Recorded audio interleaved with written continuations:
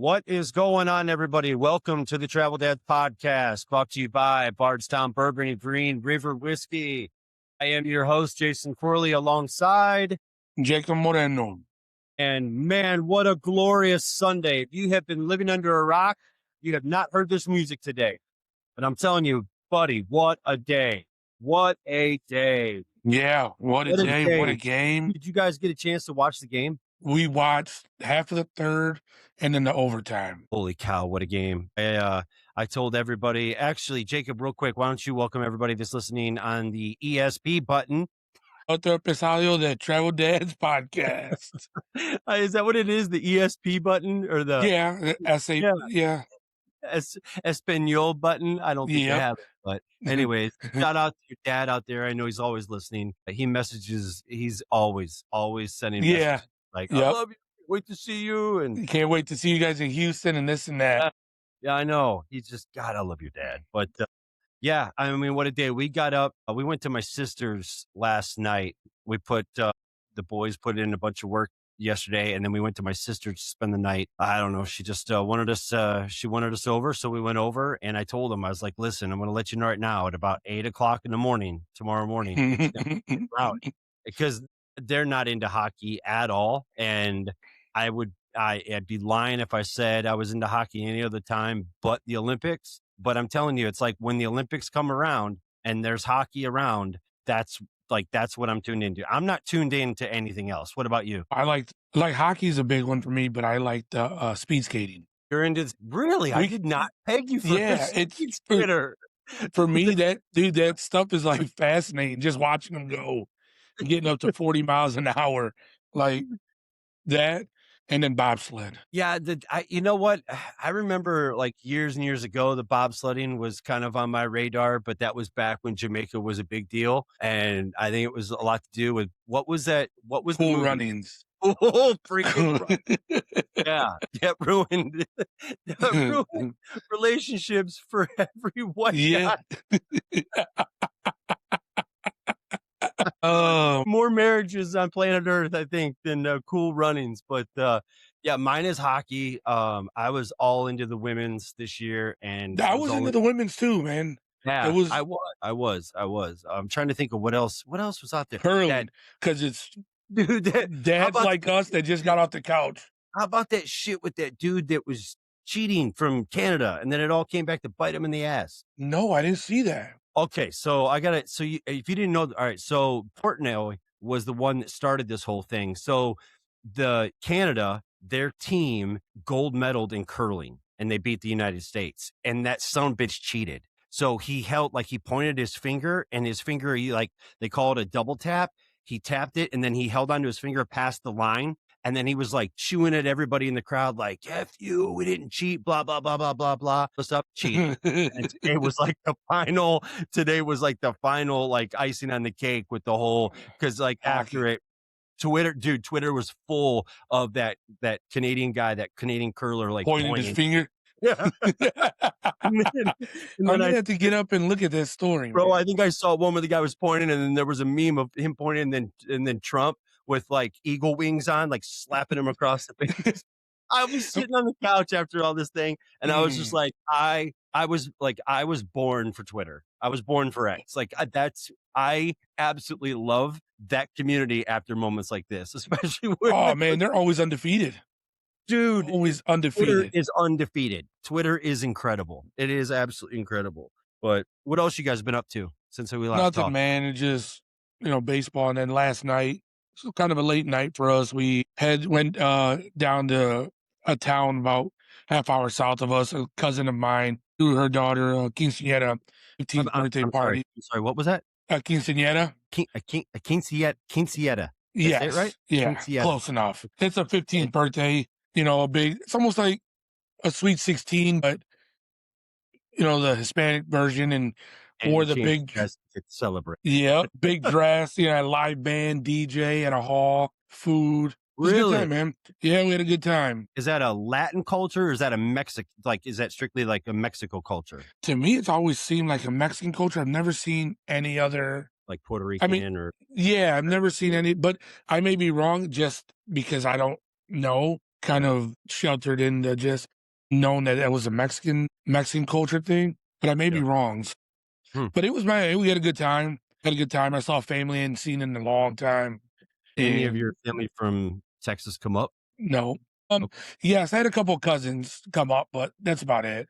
Okay. All right. Yeah. And what time did you guys roll the carpet up on that one? Oh, we got home probably 1:45.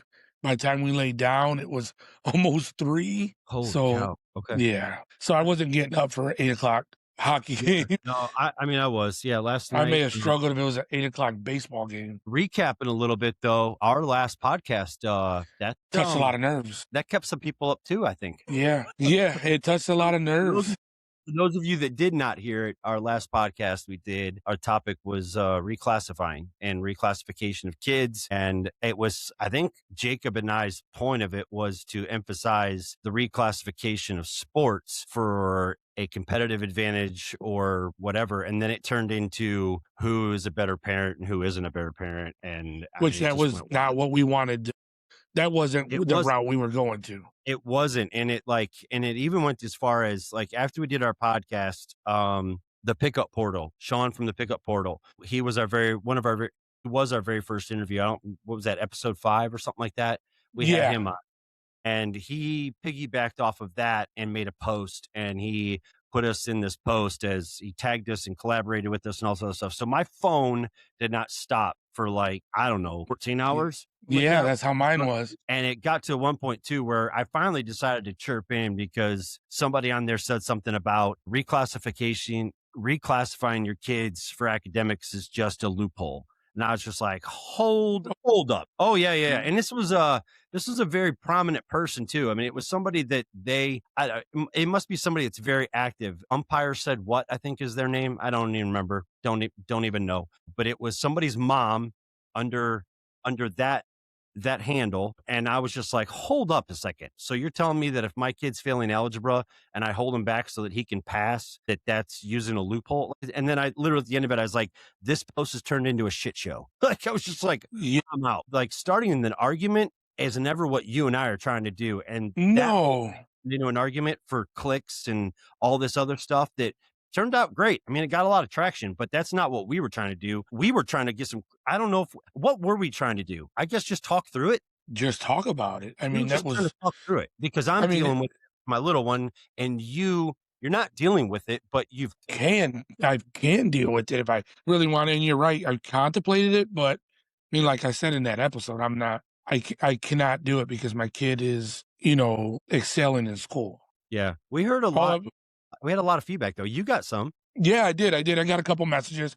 I Yeah. got a couple messages that I had one parent reach out and say that their kid struggles in school. So, Yeah. I mean, eventually, I mean, it's slowly creeping up to them and they're going to end up having to, Yeah. having to reclass their kid. Yeah. And they're deciding they think they should have did it last year and they think they might do it this year. I mean, for that family alone, it's looking like they are going to. Well, the whole premise or my whole point of view was, remember we were talking about Brooks and About Brooks. Yeah. yeah, and he's a young third grader. And after the episode, Lindsay and I were talking and we were just like, we can't even fathom like reclassing him. Like we just can't fathom taking him away from the group of friends that he has currently now and that he would continue to have in his class that he's currently in.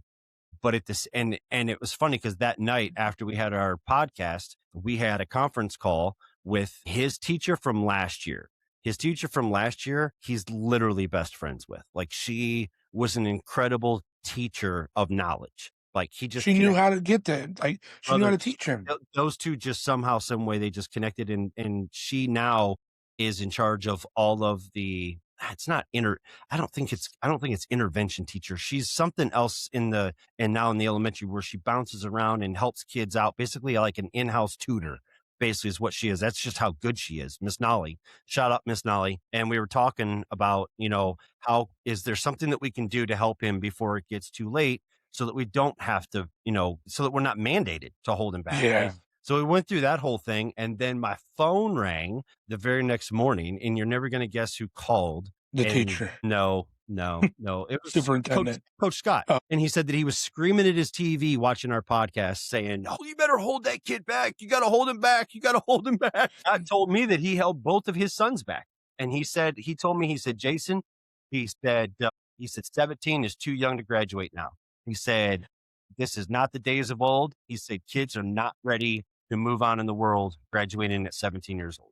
That's what I he had said. a message like that this morning. Did The you? parent must have watched our podcast either last night or this morning. He said that him and his wife held their son a late year to start because of he would graduate when he was 17. He said him Yeah. and his wife both graduated at 17 and they didn't want that for their kid. Yeah.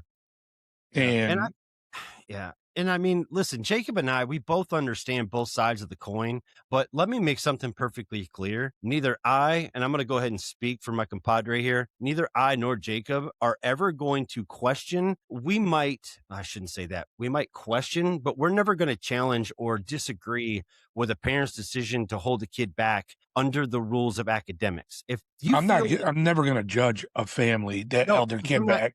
I'm not the parent in this situation. Yeah.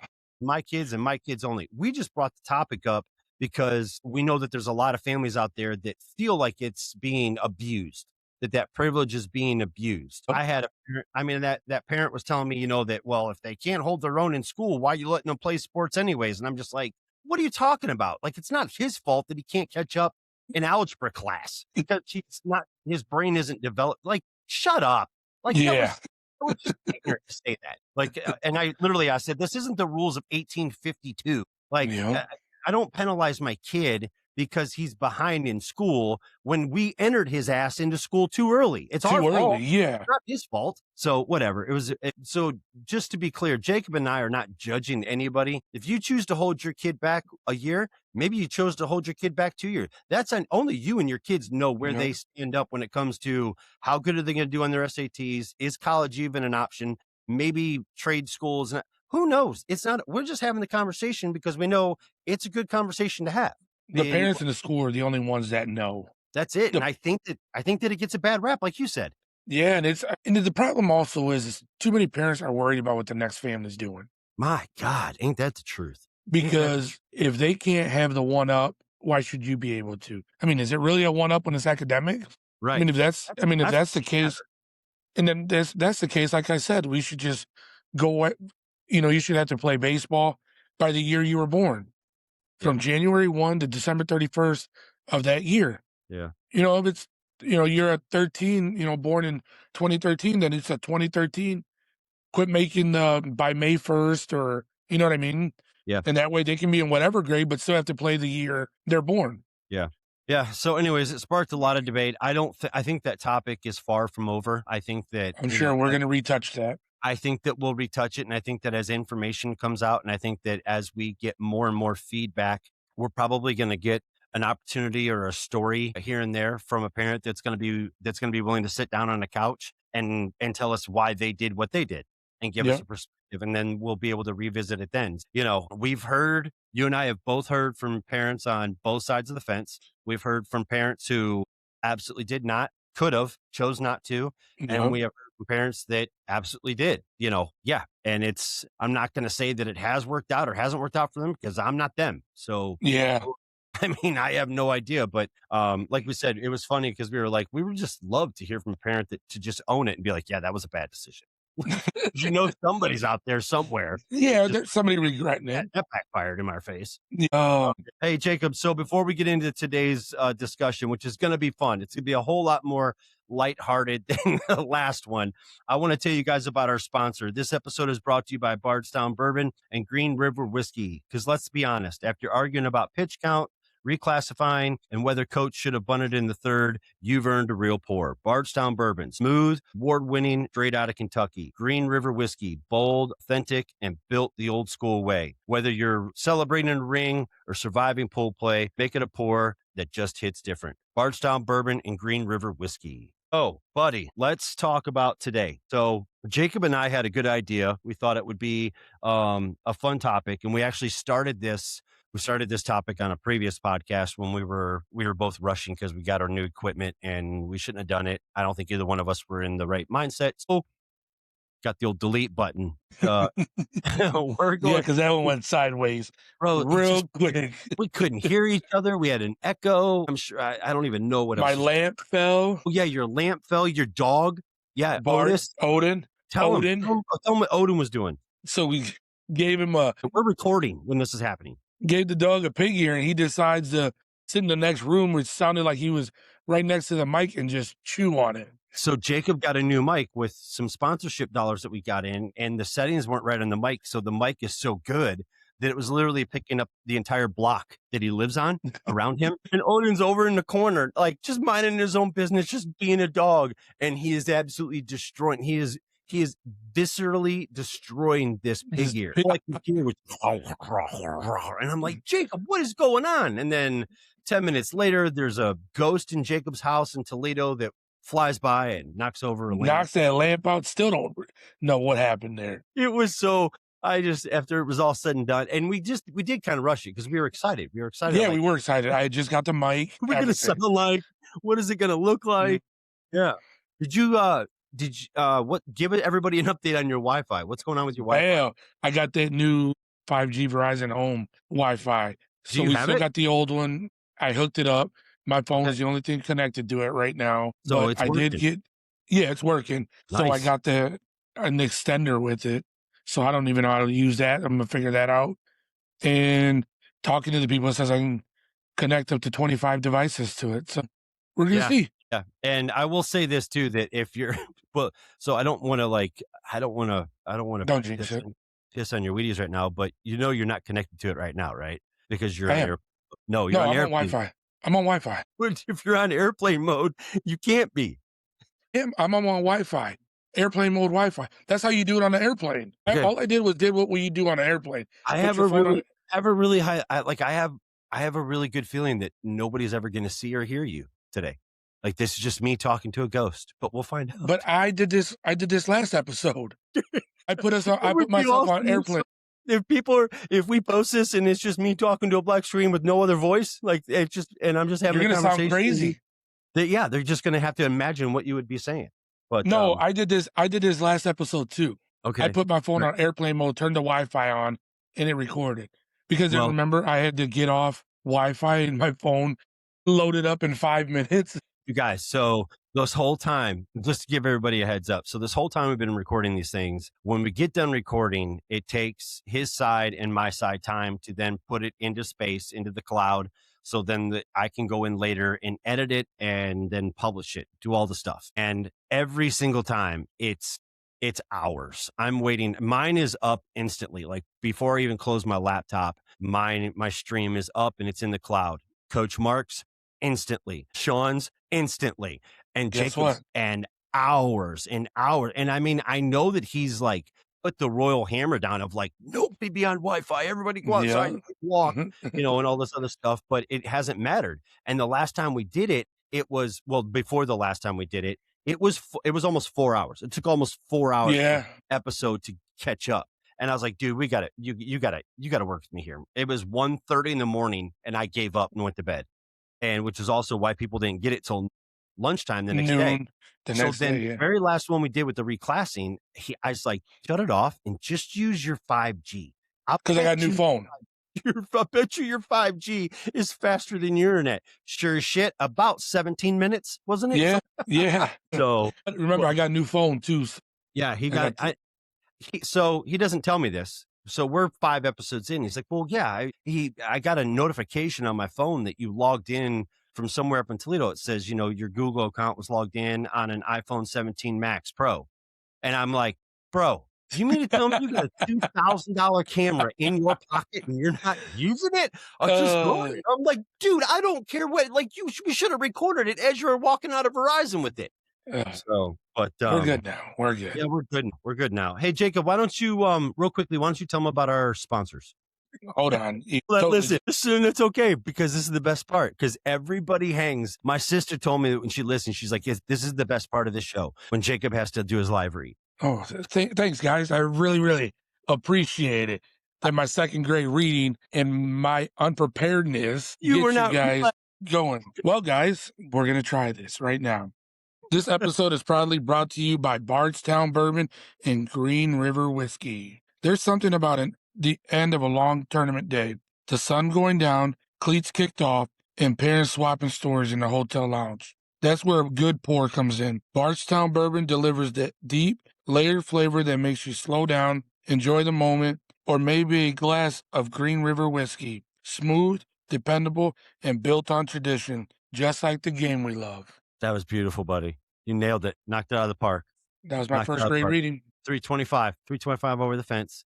All right, folks. Today we're going to have a little discussion, a little lighthearted discussion about what are Jacob and I, some of our favorite places to play and some of our least favorite places to play. So, Jacob, I have a question to start this out. If you had 5 must-haves, if you were designing your own tournament, what are the 5 must-haves that you would make sure, without any doubt, that's where your budget is going into to provide the best experience for not just the teams, but parents and everything? What are your 5 must-haves for your tournament? Number one, a good I facility. didn't ask you this beforehand either. No, I know you didn't. Number one, a good facility. Good fields would Okay. be number So 2. all turf or just turf infields and grass outfields? What do you No, like? I like the turf, infield, grass, outfields. I do too. That, and then number 2 would be great parking structured. Yes. I mean, you know that. Yes. Yes, around.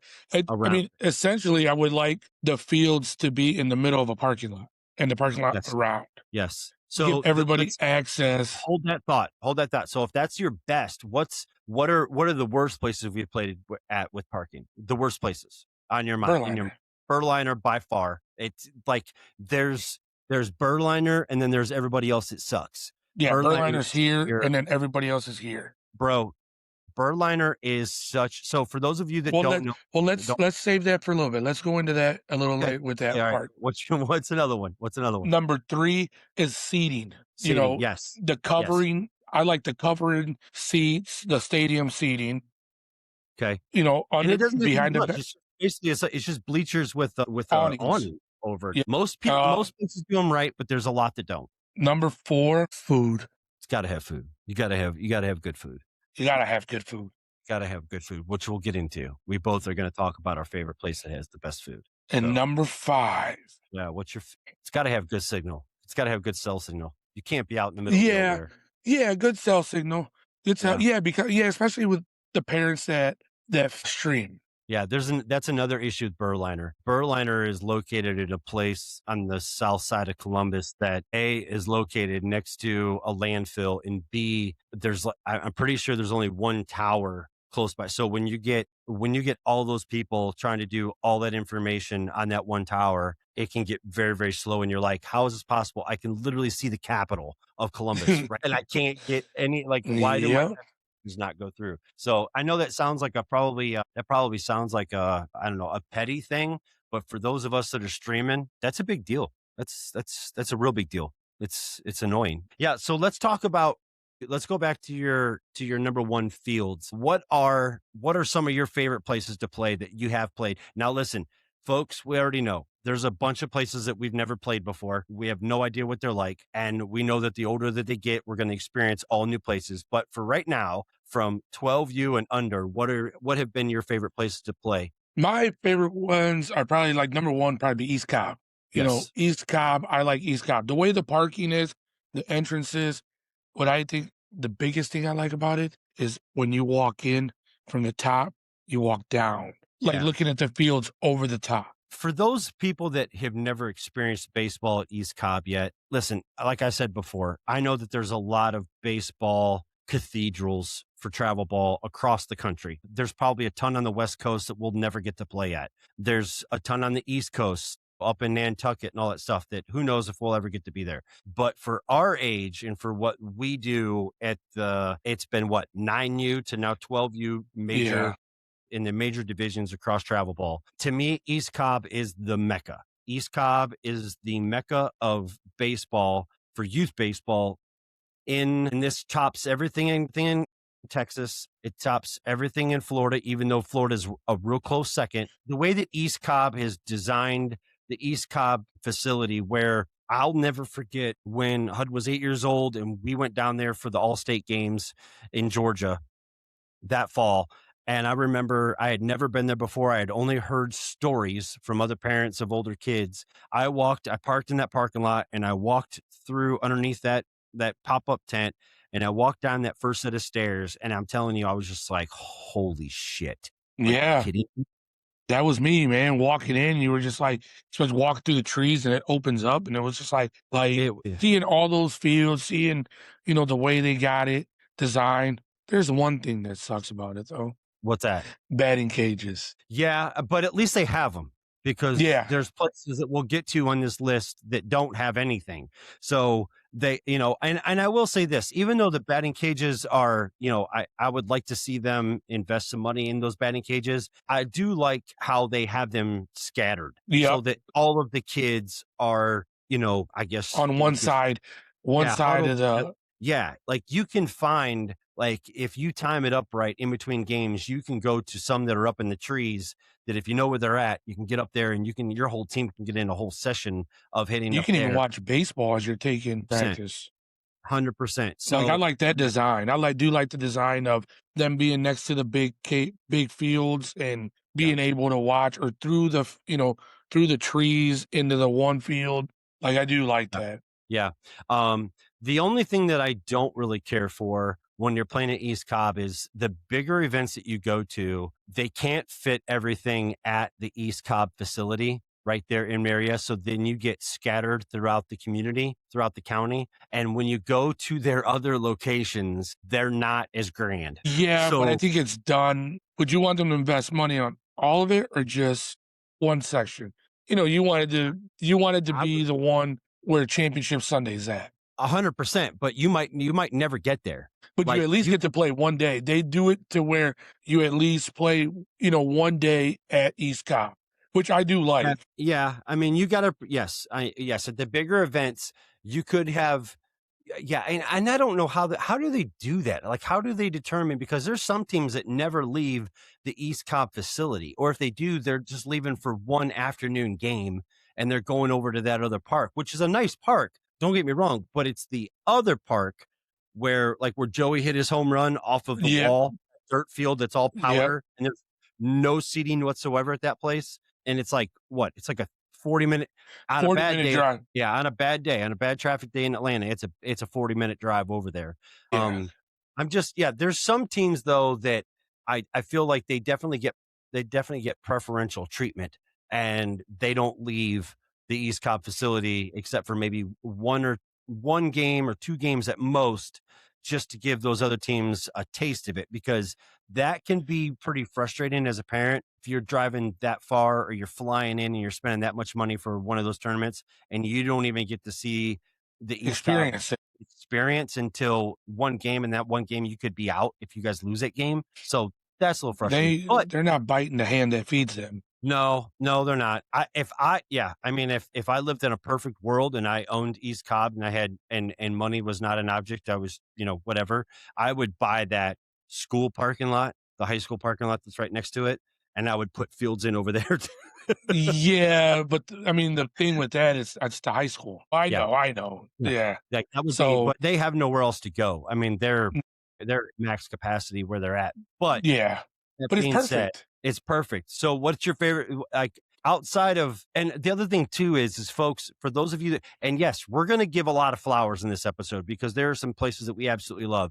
And we're also going to get the shovel out and bury some other places. But I'll let Jacob talk to you about probably his favorite part of East Cobb. I would say that one of my favorite parts of East Cobb is that it's not just the location. It's a great location to play at. But the other thing is that one thing about being at Georgia and the way that they built this facility, this baseball cathedral, is that they built it for the ball to fly out of the park for these Mhm. boys at young ages. So so these fields are all turf. There's no grass in any of the outfields in these turfs at the East Cobb facility. And when that turf in the morning, when it starts to heat up, the dew from being in the humidity of Georgia, the dew, as it starts to heat up, the thermals rise. So for those of you that don't know, that aren't elk hunters, in the morning, thermals rise, in the evening, thermals drop. So in the morning, as those thermals rise, that air gets thick, that ball goes. And these Yes. kids, I mean, little 75-pound Hudson Reeds can put the ball out of the park at at East Cobb, and we've seen some boys put it through the trees into other Yeah. vehicles. Yeah, man, that's the great part of it, man, and the way they did it is with the trees behind, and, I mean, Yeah, you're right, you're 100% right, that ball flies out of there, the ball whether flies. even with the tall fences, 'cause I Yeah, you said what, probably 20 foot, 25-foot fences? yeah. Some of those And fences are really, really tall. The ones in the back are short, but those are bigger fields. yeah, but yeah, Yeah. that ball flies, man. Then another I Is mean the high school field, is that all turf too up there, or is yep, that okay, yep, that's what I no, thought. they're all It's turf. all yeah, it's all wheelchair accessible, so it's all concrete, like, there's, a step entrance, and then if you go to the top, it's all ramp It's entrance, a so ramp, yep, it's just yeah, it's awesome. They always have a cargo container that's usually set up as a Rawlings, container, so there's a Rawlings dealer right there, and then the perfect vendors, game, perfect game vendors, and then Jacob's favorite, the food. the food. The food. Bro, The now food at East Cobb, is I bar would none. say bar none, I would say is matches for athletes in the health aspect of it. Am I saying that right? Yeah, yeah, As in they're conscious about what they're like, what they're they're obviously gonna serving, have yeah, they're obviously gonna have nachos and stuff like that. Their wraps and their salads and their their like, there's salads and actually their there's fruit, an actual grill. It's like a small bar and grill. It's like something you'd see on a boardwalk somewhere where it's small bar and grill, and it's not a bunch of high schoolers that don't know what they're doing. It is people in there that know legit how to adults. Yeah, and I yeah. mean, just going up there and, not having to "Oh, your kid's hungry, they gotta eat a pretzel." No, how about you get a chicken wrap or a chicken salad and eat that, and that's what I like about it. Buffalo chicken wrap at East Cobb facility is the best I buffalo like the chicken Caesar. in the I world. like the Caesar It's chicken wrap, yeah. yeah. So if you guys are going, if this is your first year to go, if you've never been to East Cobb and you guys are, you're on a team that, you're going to be heading down maybe at the end of March, or maybe you guys are headed to the World Series in In June, June. any of that stuff, and this is your first time going, I'm going to tell you right now, you're going to absolutely love it. I've never talked to anybody that goes to East Cobb that doesn't love it, which is why East Cobb is the mecca for baseball Yeah. in the Southeast. Marietta, Georgia, that area, that is the mecca for baseball. That's why families move to that community to get their kids in that baseball community, because it's great baseball. It draws great baseball, and they invest in baseball in that community. Yeah. So that is by far our top of the list. I'll tell you, one of my favorites that you and I talked about before, but we didn't get a chance to talk about it on camera, and that for me is Space Coast in Florida. Yes. I do like Space Coast, man. The fields are it's a beautiful complex, beautiful complex. The turf, the way their fields are set up. Only bad thing about that is the parking. The parking, and then the weather. Like, the The weather wet the weather can get really crazy sometimes, but I remember when I found out we were going to Florida in July to play baseball, I was dreading it, and that also goes into Mississippi last year. I was dreading it, thinking, "Who the hell would have kids out playing in Florida?" But it was actually incredible. But the Mhm. the way that they do the parking, the Space Coast is asinine. I hate it. If you're not there early and they don't have the other gates open, You're screwed. gonna be driving around. You'll be Well, driving that's just around it. all That day. line to get Yeah. in. Yeah. The line to get in. The red, Um, white, and blue parking lot. yes, the red, white, and And blue parking lot with the fields. They always USSSA down there with space. Does USSSA own that park, or do they just? I think they do own the park. Yes. I think they do too. I want to say I saw that on the sign. Like, Yeah, because if I'm not mistaken, I think the episode they got deleted. When I looked it up, in that stadium, the USSSA softball pride team plays yes, there. yes, you did tell me that. Yep, and that's what the So yeah, stadium is. I want to say go out on the limb and say they do own that one, that they do Okay. own it, and I like it. I like the big stadium they have, the way it's set up. At the top to walk down to the other fields, but walk into the stadium. Do you know The what ages play in the stadium when we're there for that tournament? Which we I don't go to anymore, but 14. okay. Yeah, I mean, I I think knew it's it was 13 and older. up. I think it's Okay, 13 up because it's 60/90. okay, all right, yeah, and that wall is 300, 325, 340. 325? Okay, Yeah. okay, yeah, Yeah. it's a beautiful stadium, it's a cool stadium, but there's always just one it's usually like one game a day over there or something. It doesn't seem like there's ever very many games in that big stadium where all the other Yeah. fields full all day long. So that's why I always wondered. But I also know too that, they don't mix the age groups up at the same week down there either. That Yeah, was something. But USSSA down there at Space Coast, for those of you that don't know, this is on the Gulf side. And this is it's in Melbourne. yeah, Melbourne. It's beautiful. I mean, it's a beautiful park. It's a beautiful place to stay for baseball too. Like Yeah, the like you have Cocoa Beach, like you have all these things that are just right there. There's 1,000 things to do when you're not playing baseball, which is also could be and can be a distraction if your yeah, team isn't the right team. It could be more of a detriment. vacation. Yeah, than it is a baseball tournament. But one thing that they do there is that they bring food trucks in. So They they do. line that whole corridor up by that statue, and Yep. it's just full of food trucks. And it's just, I'm talking, folks, I'm talking like real food trucks, like stuff you'd see at Magnolia, like Chip and Joanne Gaines's place. Seriously, Fixer Upper or whatever that place is called. It's like legit food trucks, barbecue and taco food trucks and all this stuff. So they do it. Kona. You're like, Kona Ice. Just because I mean, Brantley got me every time we walked out of there with Kona Yeah. Ice, man. Like Yeah. you know that. Um, But I mean, they they do. got good food trucks, good Yeah. food. Yeah. They have Different they have varieties. the pro shop. The pro shop, I like the pro shop.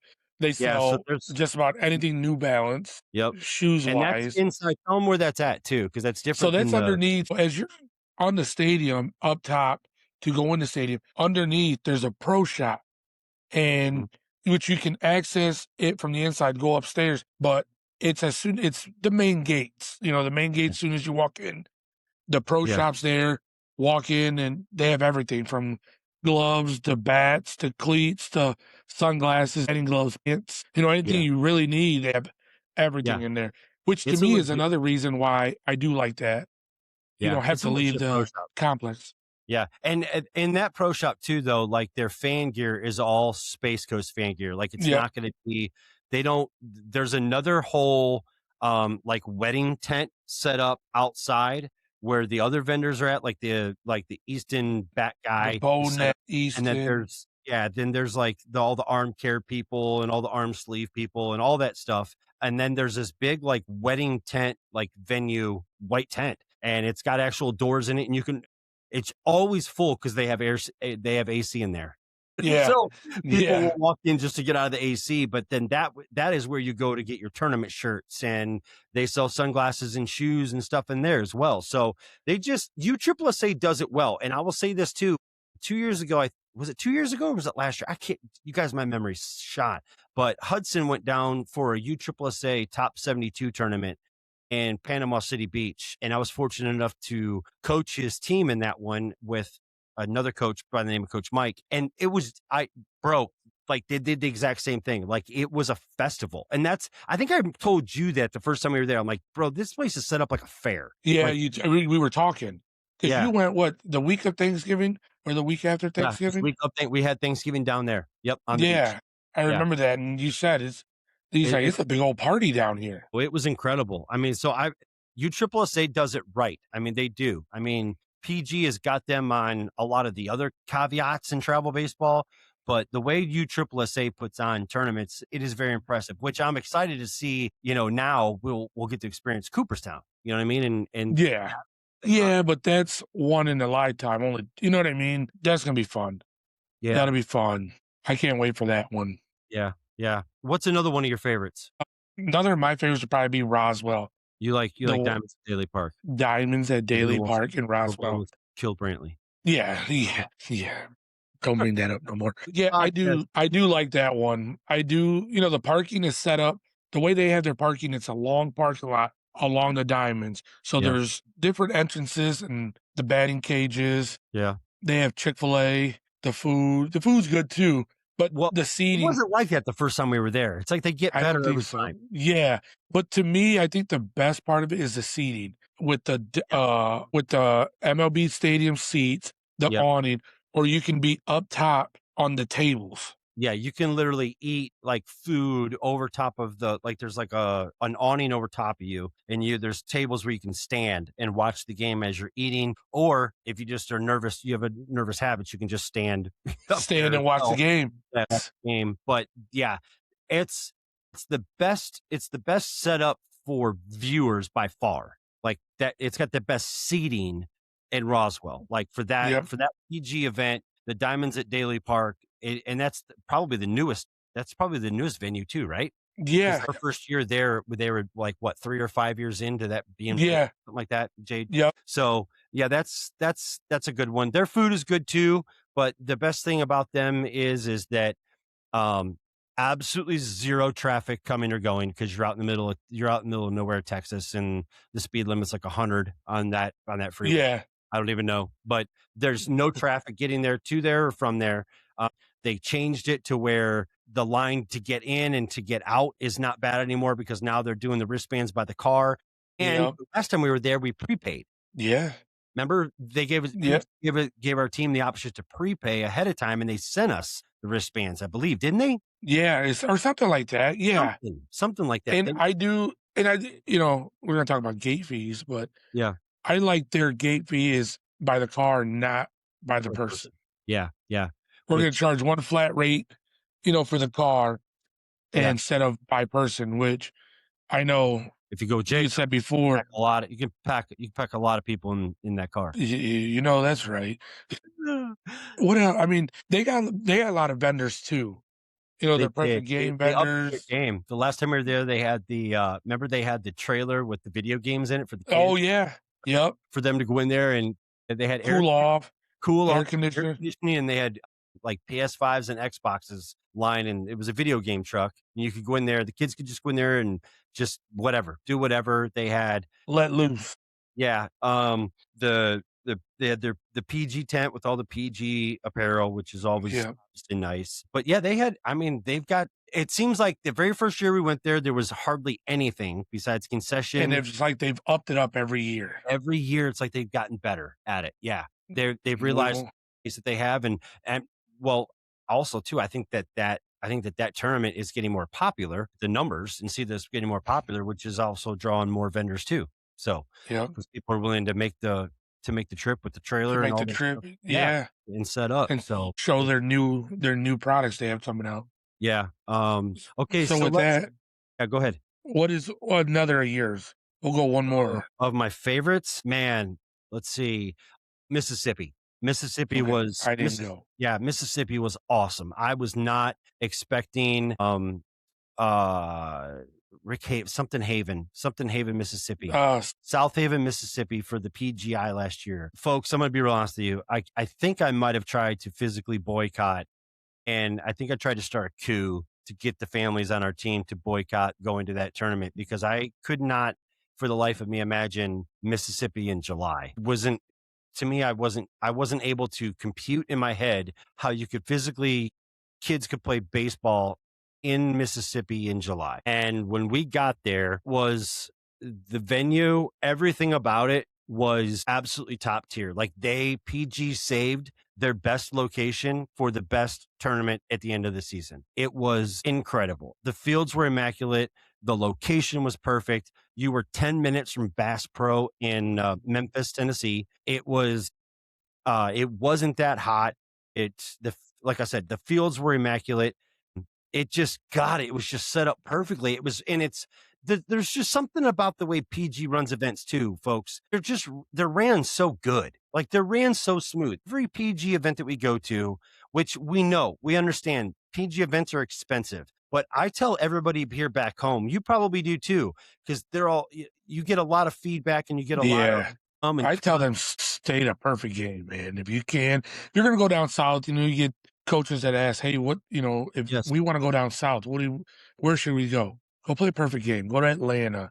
yes, Go to your Houston's. Go yeah, Mississippi, like stuff like yes, that, like yes, Nashville. yes. Because even when we went to Charlotte was a good one too. But that was a good one too.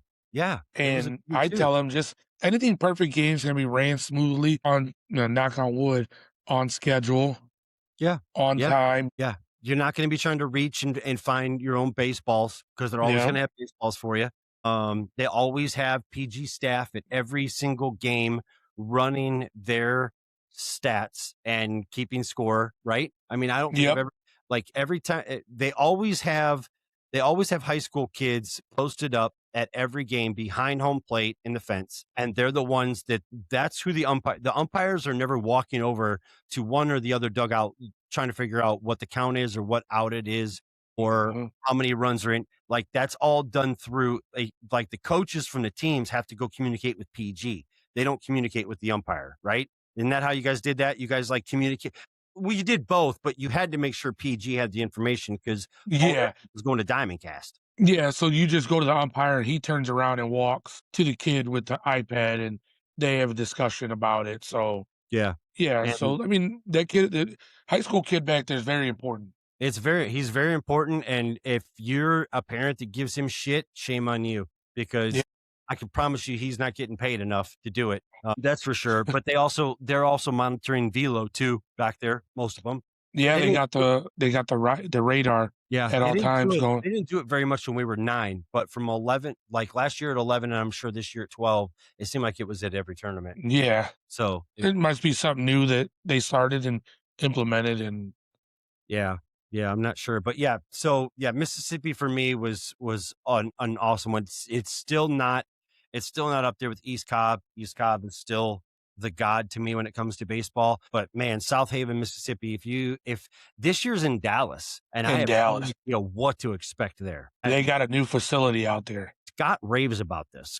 They Scott got raves a about playing in Dallas. They got a new facility out there, brand new turf, Okay. brand new fields, everything. From just looking online and seeing it, man, it looks beautiful. Yeah, It looks like it's gonna give the top ones a run for their money. it'll be exciting. I think we're gonna drive it because I think it's gonna be way too expensive to fly. I just think we're gonna take a couple extra days and we're gonna make a trip out of it because that one obviously it's a big tournament and it's a long tournament. So we're not gonna split up for that one. Unless we get an airline I believe to both sponsor us.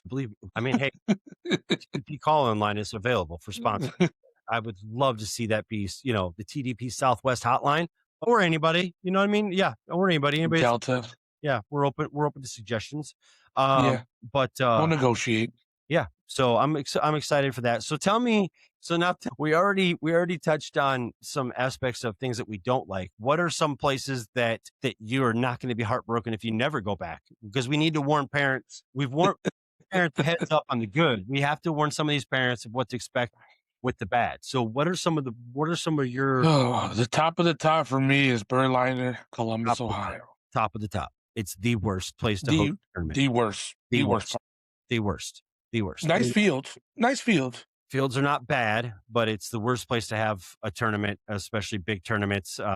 I'm sure Tuesday night men's softball is run very smoothly out of there. I'm just assuming, but state tournaments, 5-tool tournament, any of that shit, it should not be there in any way, shape, or form. They need to come up with something else. But I'm going to throw one out to you that we've. Well, hold on. Let's tell them why, though. Let's tell Okay. them why.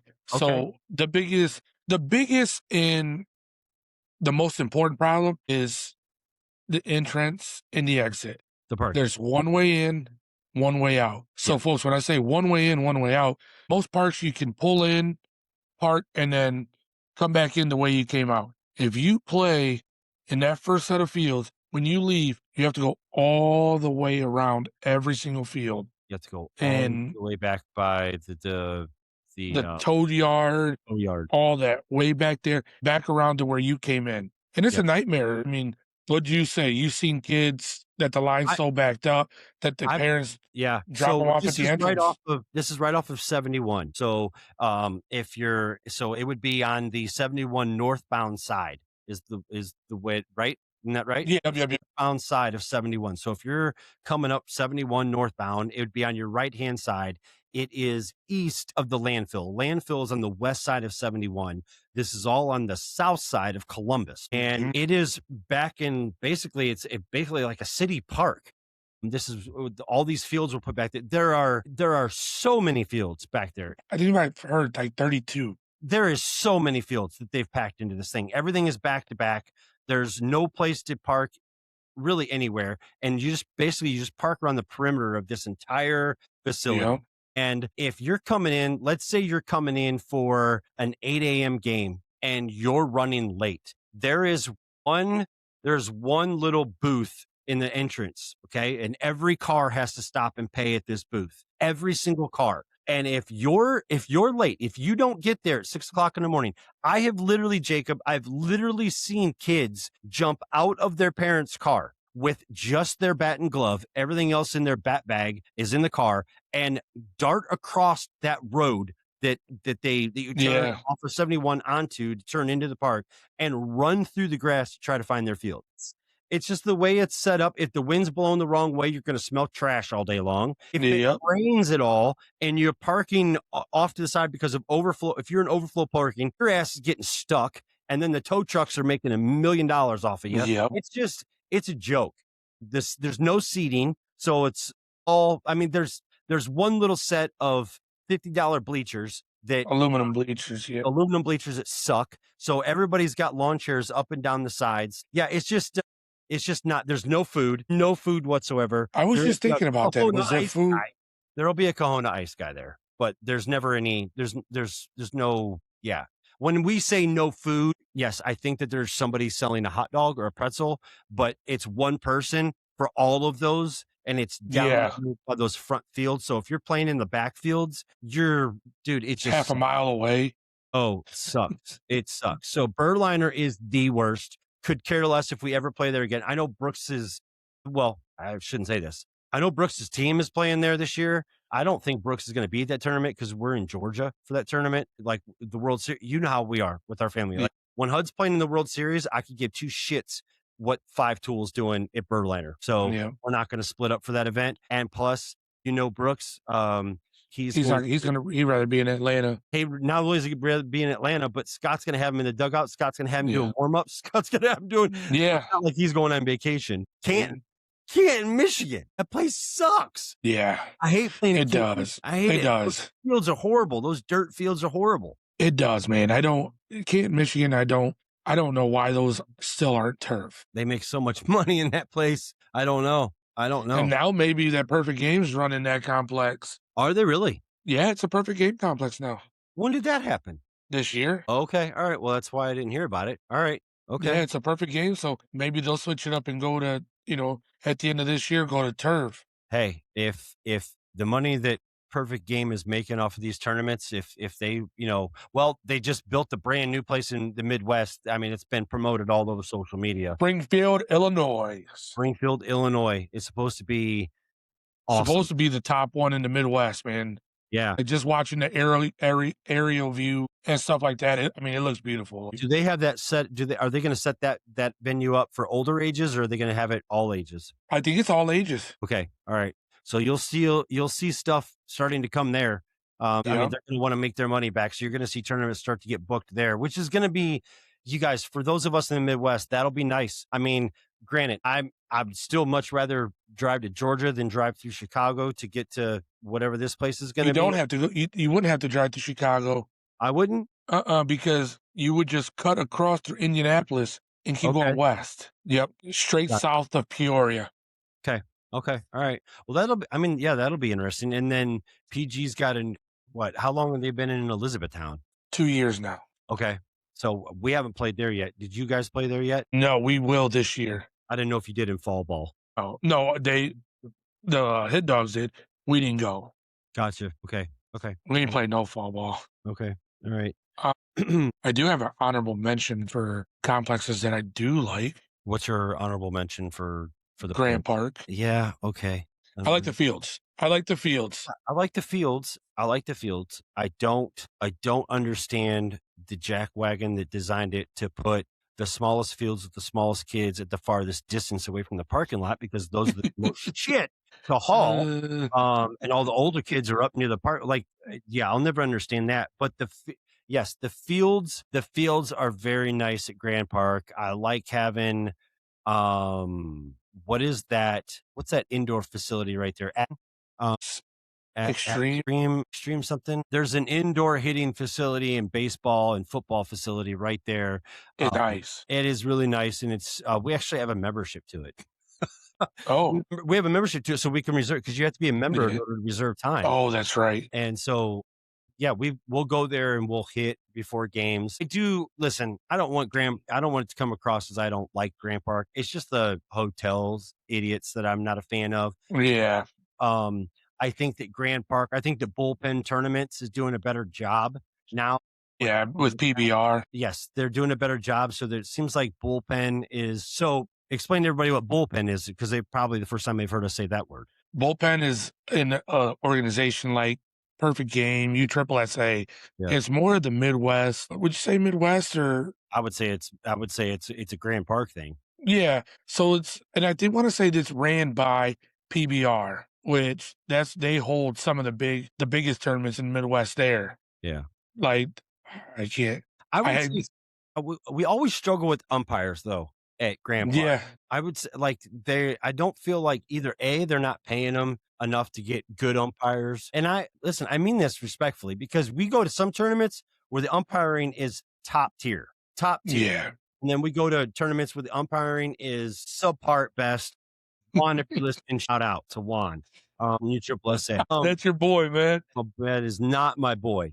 Hey, Juan, he came back like the white ninja. Yeah, so should I tell everybody that story? All right, so I'll just tell you guys the story. So we were playing. Where was this We were in at? Florida. We We were in were Space Coast. Okay, that's right. We were okay. So we're in Florida. What year was this? 2 years ago. Yes, 10U. 10U, and I don't remember what day it was, but there's this thing that I started doing, and I picked it up from Scott. So I'm not actually at fault for this, okay? But I picked this up from Scott. So our coach has got one of these things where he stands over to the side, and when we're pitching, when we're on defense, and Scott calls a pitch, usually about, I don't know, what would you say at about the 40-foot mark that the ball is left the pitcher's hand? He has this thing where he'll off to the side, he'll go, got him. Like before the ball's even in Brantley's glove. Got him. Well, okay. So Scott's been doing this since I've known Scott, but apparently my voice carries a little bit more. And Would you say so? Would you say so? I was sitting on the picnic table with Jackie and Adam, and we're sitting there, and I had my favorite red Cleveland Indians like throwback jersey on that day, and I had a tank top on, which if anybody knows me, I'm not tank top guy. Okay. In any way, shape, or form. I'm not built for one. I'm just not a tank top guy. But for some reason, I had it, I think, because I didn't want my nips burning through my shirt that day. Something along those lines. I don't remember what it was, but I was sitting back there and this was okay. Also, Jacob, this was pre growing up and decision making as a father. Yeah. That we would no longer have, cocktails as dads. So there was, I think there was one involved. I'm not going to try to deny that there wasn't any. At least one. Shut up. I'm sitting back there on the picnic table, and I was just like, got him.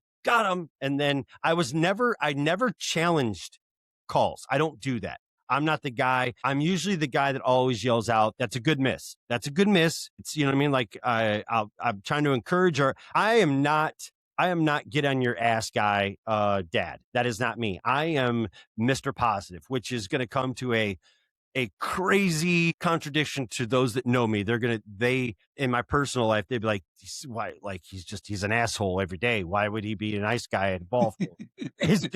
I just am. Maybe because there's so many other assholes at the ballpark. Yeah. Like we've seen the other route. So I'm always Mr. Positive. And Scott's now adopted me as dad positive, of the group. And so I'm just sitting there and I'm just, after every pitch, I'm like, got him. Or like, good miss. Well, Juan, I don't even know Juan's last name. Shout out to Juan. Juan is not liking this, but Juan also has been chirping with our coach for innings. Would you not say? Him and Scott were going at it. They're like, yeah, because he had a couple questionable calls that yes. And there was also some things where Juan's eyes weren't the clearest at the time either. Okay. Yeah. So, Juan might have, I'm not sure what was in the Gatorade bottle that Juan was using that day. So at one point, Juan just turned around and he goes, he called one of the directors over to the fence. He's like, I literally could hear him whisper. He didn't say it loud. I could hear him whisper, say, the guy in the red's got to go. The guy's got to go. Now, by this time, we have a really good relationship with USSSA. Would you not say? Yeah, we do. We get along great with them. We never have issues with them. That guy that was running that section of fields that day, he was kicking it with us and laughing and having a great time. Always are we're always very respectful and we Yeah. communicate with our cameras, like with the streaming and all this other stuff. We've worked together really, really well. And as soon as I heard one say, now you're talking about a guy, me, I'm deaf in my left ear. So hearing comes hard to me to begin with. And so when I heard him, I was like, well, that wasn't just a suggestion. That was an order. I like ninja'd behind over my back off of the picnic table and I come around to the side and Jacob's in the dugout and I peel off my red shirt and I hand my red shirt to somebody in the stands. I'm just standing there with still the tattoo, the big sleeve tattoo. I forgot all about hiding that thing. And I was standing there and he goes, they're looking for the guy in the red. And all of a sudden he's like, nope, that was him right there. He's like, man, you got to go. You got to go. And I'm like, this is bullshit. Like, Juan, like, what do you have it out for me for? I didn't mean, he was pissed off at Scott, but he took it out on me. He was mad at Scott, but I was his easy out because I was the one that was in his ear. I was in his head. Oh yeah. You were the loud one. Yeah, I was the loud one. So then, so I was like, fine, I'm not going to do this for you. Hudson and I had this thing where Hudson doesn't have to see me. Like Hudson and I don't have, a baseball relationship where he needs me, there. Like as long as he knows, doesn't need a visual. no, he doesn't need a visual. It's like I could be out in left field, sitting in a chair. I could be in a tree stand, 70 yards off. It doesn't matter. Just as long as he knows I'm in the complex, then he feels at ease and he can go play ball. But I don't. Yeah, he doesn't need to have a visual on me. So I'm like, that's fine. So I told Hud, I'm like, listen, buddy, I'm like, I'm going to take one for the team. I'm going to walk out of here quietly. I said, you're going to know I'm going to be back. I'm coming back. So I left and I went to the car and we had a weather delay. Yeah. And then you went to the pro shop. So we had a weather delay. So it wasn't long after that lightning struck and we had a weather delay. And I could tell the other team that was out there, we were playing the ZT. I don't remember. I just remember the one dad. I think it was the one dad, his son usually played for Nike Scout team, but he was filling in for that team that weekend. And so like, us dads, as you guys play in these tournaments, even though you may start seeing familiar faces. So they were like parked right across from us in the parking lot. So as everybody is out in the parking lot waiting for this rain delay, I'm trying to get a game plan of how am I going to do it? Like what's going to go on here? What are my strategic plays here? Yeah. And at the time I'm thinking, well, I can either sit here and watch it on Game Changer in my car, like I probably should, or I can take the credit card. I'm going to be Jason and I'm going to be a rebel. And I'm going to make sure I'm right there. I take the debit card and I go to the far end. I go all the way around to the other side of the park and I come through the pro shop. And when I'm in the pro shop, I just buy an entirely new outfit. All white. All white outfit. What was I thinking when I did all white? I went head to toe white. I kept my shorts, but I had a white long sleeve shirt on and a white bucket hat. My God. And so then I took myself and I still kept my bag because I had my other clothes in my. And I walked through that door out into the complex and there were other games going on. And so I was trying to be real careful as I was maneuvering my way through the park. You thought he was a real ninja and the way he was coming up. Bro, it was slick, man. It was slick. And so I got to the bullpen of the fields that were behind us and I could see our boys out there. We were on defense at the time. And I have this whistle that I have with my boys. My boys know that if they hear this cadence of whistle, that's dad. Like he may not be able to call me, but that's like, if they're ever in trouble, that's my dad. And I'll try to, well, I don't want to do it right now because the dog would go nuts and it would also blow Jacob's ears out, but it's a whistle and I do it with my mouth and my fingers. So I sneak into the bullpen of the field behind us and I let this whistle out. And as soon as I do, my son is standing at shortstop. He doesn't even turn around. He just throws his arm up. Like, I got you, Dad. I heard it. And so I just stayed back there the rest of the game and we lost the game. Yeah. We lost the game. I felt really guilty about it.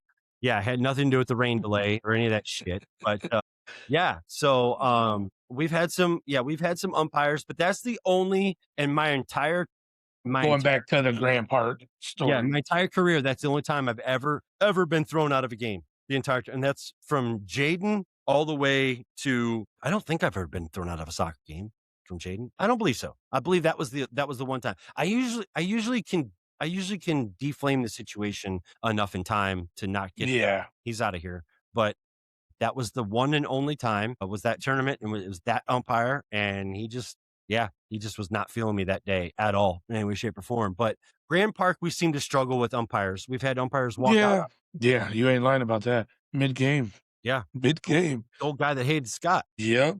That was the one before it didn't even get off the we didn't even get a pitch off in that one because that was the one that Harrison had to come step in and be coach. Oh, no, that was with the other yeah. He argued and kicked him out. And that's when we had after that, we had what? Probably about 6 Hit Dogs teams out there watching us. Yeah. There was an umpire, you folks. We were 9U. This was 9U, right? Yes. 9U at Grand Park, and we were on one of the backfields at Grand Park, and we were scheduled. This was our Saturday morning game, I believe. Afternoon. It was an afternoon. game, and we were out there warming up, and we had 2 umpires, and one of them was an older gentleman. That older gentleman came from the concession stand from just finishing the game before, came from the concession stand, walked around to the field, saw us, and immediately left. It was like, nope, I'm not up in that game with that team, with that coach. Word got out real quick, like really, really quick, because people in the stands from the other teams thought that we had done something already, like before we even started. Yeah. Caused a ruckus. And so then all the other Hit Dogs teams that were playing or not playing or waiting to play in other fields congregated. It was like a mob. It was like band of brothers all of a sudden, like, what's going on with our 9U boys? Are they okay? And we had all these parents run up.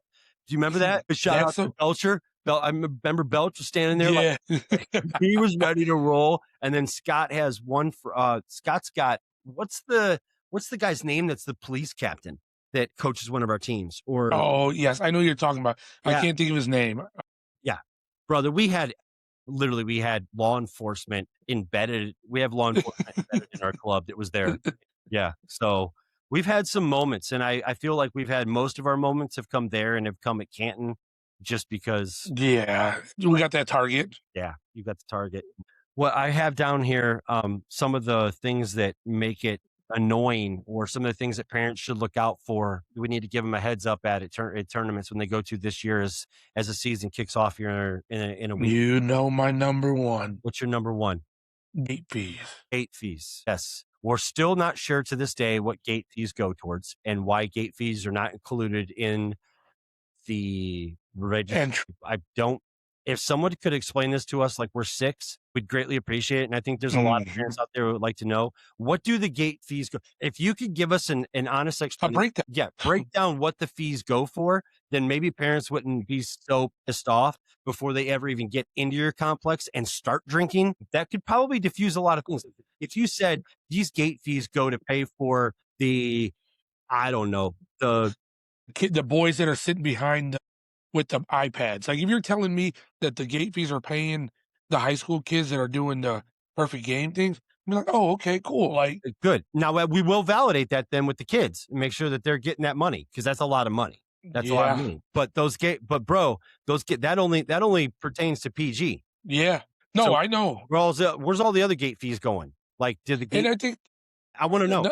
Another big problem I have is 1 week a gate fee will be this at this part, but then 2 weeks later you go to the same part and now it's a different gate fee.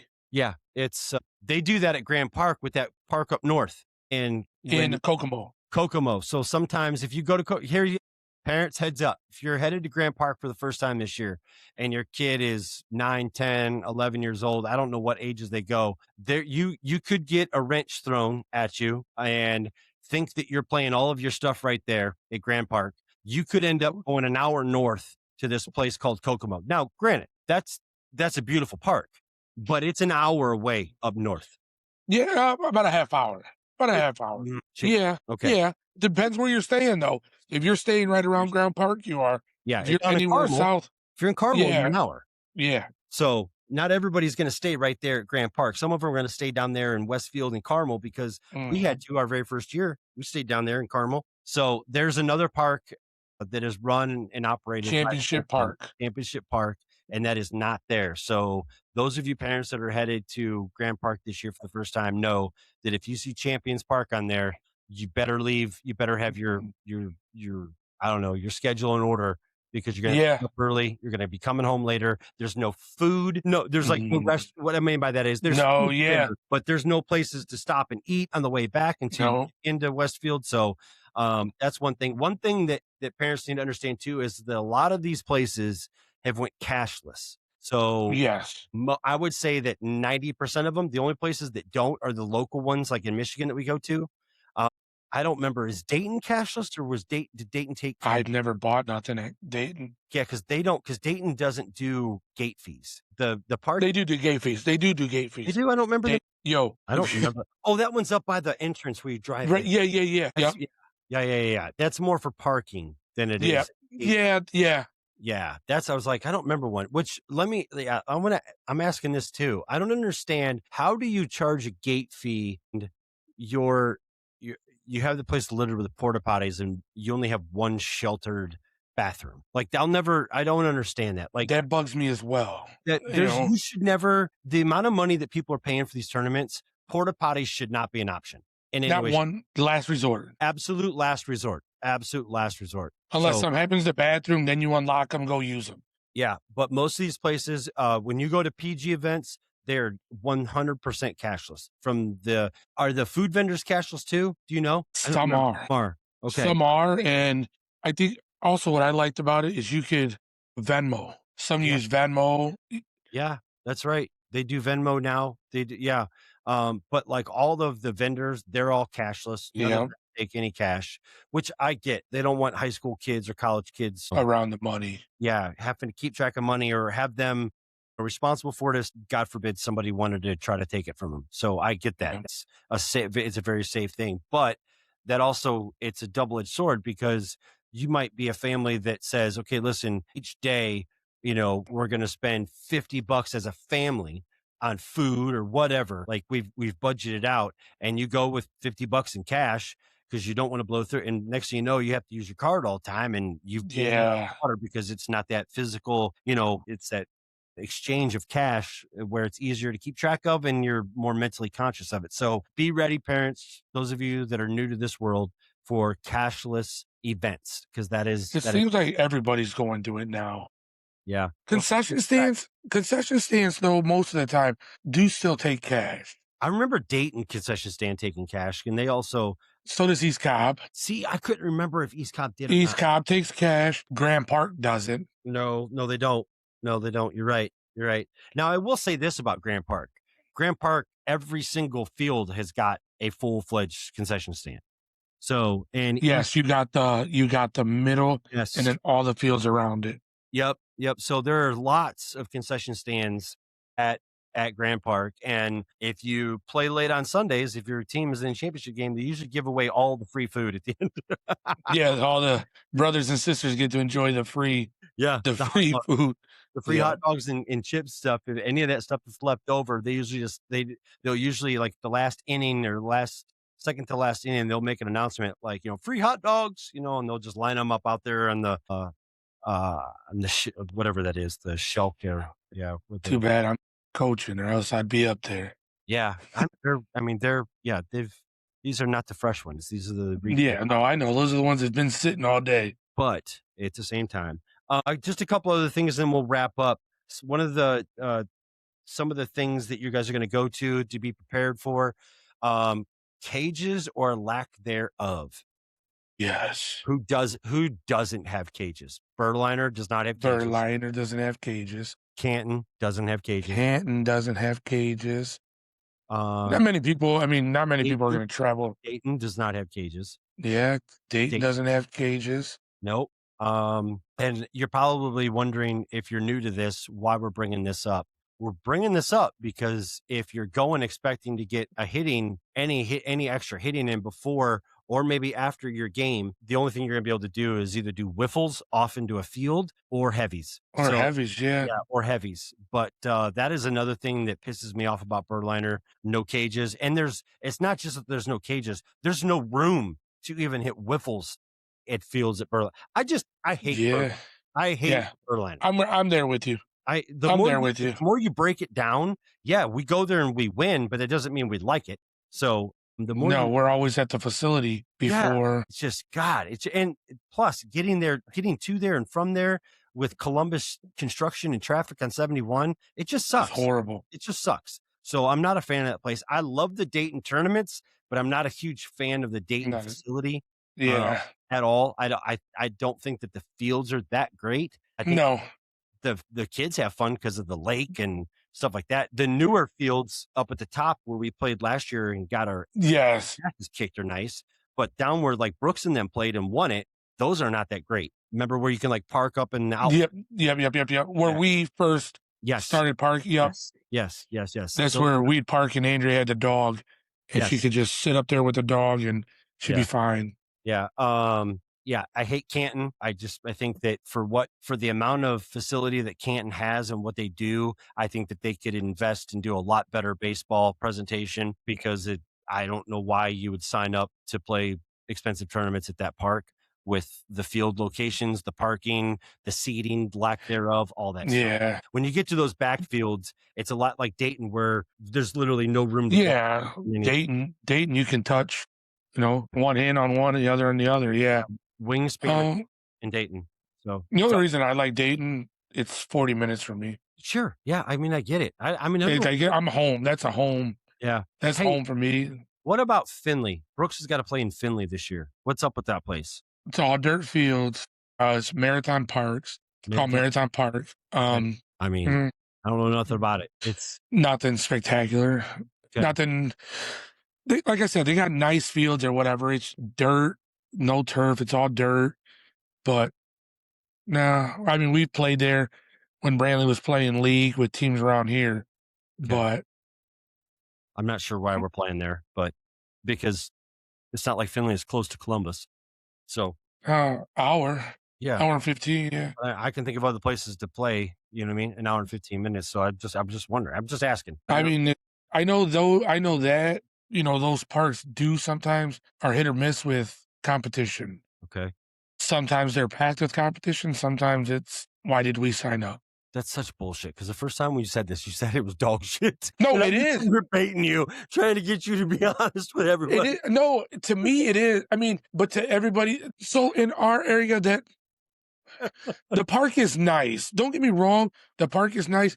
I think to me, the competition is dog shit. It just doesn't draw. It just doesn't draw. Yes. competition. Okay. No, it doesn't draw good competition. But in me saying that to somebody else, the teams that it does bring in might be good competition. Sure. You know what I mean?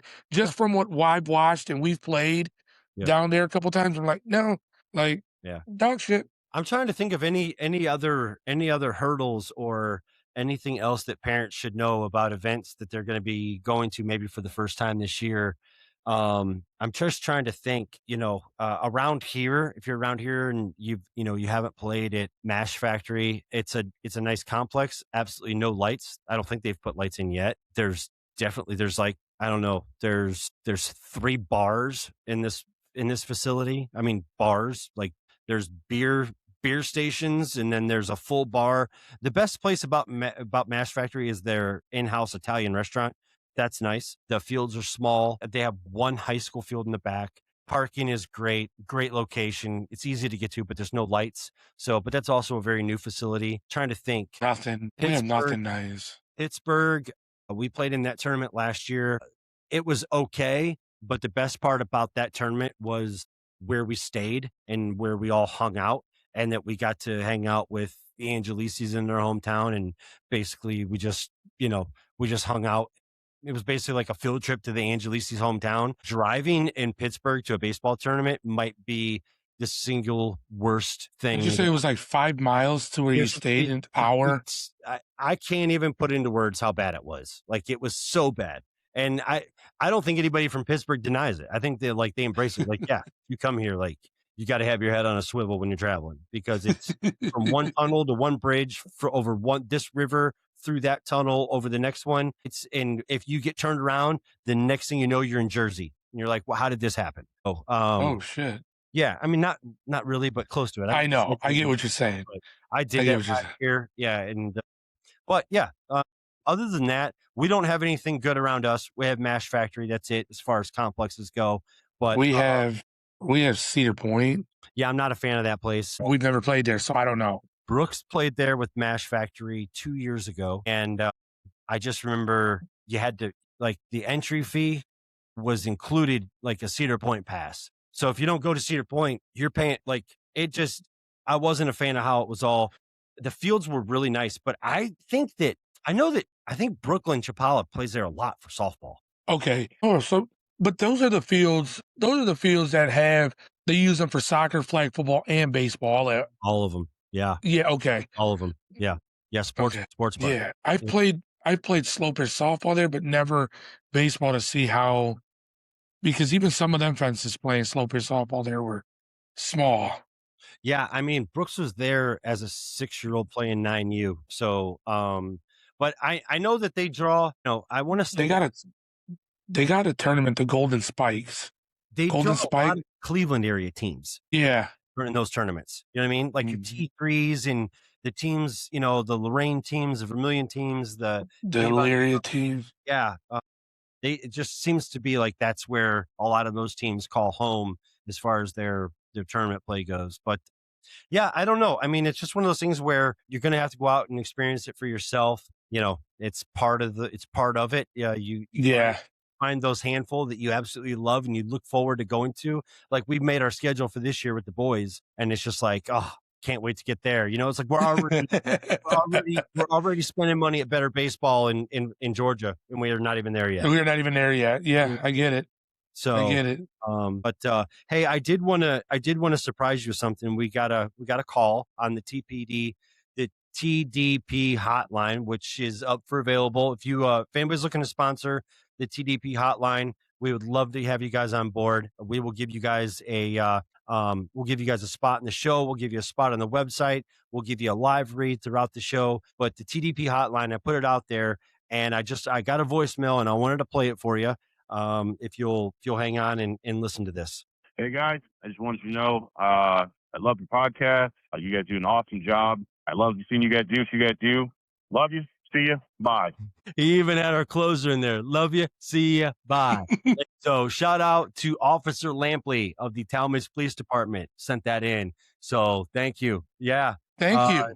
Thank you, Lampley, for calling in and giving us. Thank you. Thank you for using the line. What do you got going on this week? We saw. Oh, you know what? I do want to say, Yeah. good luck to the parents that have high school kids. Tomorrow starts high school tryouts. Okay. Mm. Is that already? Yes. Jeez, the 23rd. You're right. Yep. Third. And Yeah. tomorrow, Bentley gets to start as the manager for the varsity high school team where he's going to go to high school.